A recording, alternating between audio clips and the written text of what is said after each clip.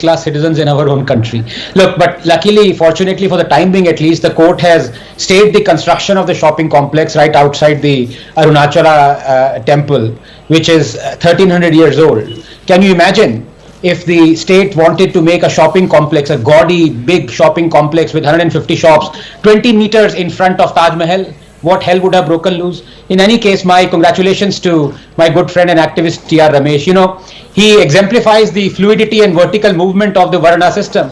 He is a Brahmin like Adi Shankara, but now for the cause of Dharma, he has become Kshatriya and taken up the sword like Chhatrapati Shivaji. Good luck to him. Rahul, broadly there are two issues here and I'd like to read them briefly. Number one, the state control of Hindu temples and their property. Believe me, it is by far the largest, financially most damaging scam of independent India. And I'm choosing my words very carefully. Even using the petroleum sector as a cash cow pales in comparison to the loot and pillaging happening of Hindu temples in the name of secularism. I ask you, if the Congress can bring in a legislation to control Hindu temples in 1959, well, that still stands. Why can't the BJP bring in a legislation to override it and actually support the Supreme Court? Rahul, if you truly believe that religion should keep out of state, the corollary is also equally applicable, that the state should keep out of religion. But does it?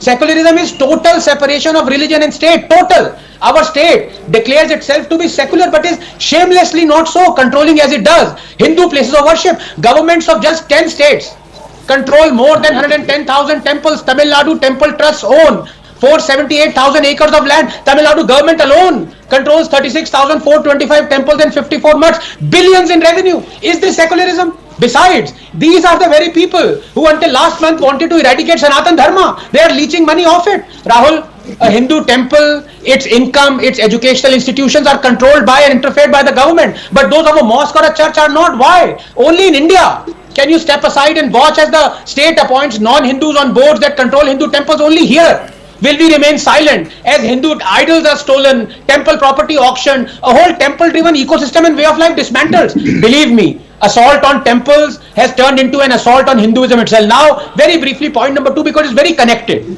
On this larger issue, why this is happening? This is happening because of selectivity and double standards when it comes to Hindu religious and ritualistic practices. In 2019, Rahul, the Tripura High Court banned animal sacrifice even though it was centuries-old tradition of worshipping the 10 Mahavidyas. And also in keeping with the 1954 Shirur Mutt judgment that established the sanctity of an essential religious practice. But the judges would hear none of it. In 2014, Himachal Pradesh High Court banned the 600-year-old tradition of animal sacrifice during the Kullu Dasara. The question to be asked is, why should only the Hindu be prevented from conducting rituals? If the state is against animal sacrifice, and laudably so, then shouldn't be against all animal sacrifices conducted in the name of religion. But is that the case? Do the judges have the guts to ban halal, the ritual slaughter, wherein the incision must be deep, that it cuts the carotid artery and the trachea, the blood must be drained completely, this while the animal is still alive? Is that not animal cruelty? That the judges would hear none of it. The head of the animal must be aligned to the Kaaba, and it is essential that Bismillah Rahmani Rahim be uttered. Furthermore, only a Muslim can perform the slaughter. So according to the judges, this is not a ritual. Now the human pyramid height during Janmashtami has been capped to 20 feet. Anything above would apparently inflict harm to humans, said the judge. I want to ask him, during Muharram, thousands of Muslims openly inflict serious bodily harm to themselves and to others with whips laced with steel claws that stab deep into the devotee's flesh. Is that not inflicting harm? But do our milords have the guts to ban this ritual during Muharram? It is the same with banning crackers during Diwali, but allowing millions of tons of stubble to be burned during the same month, or millions of trees to be cut during Christmas, or allowing fireworks during New Year celebrations, because apparently only Diwali is increasing the carbon footprint and controlling the pollution. Rest are purifying the air. Rahul, 10 seconds.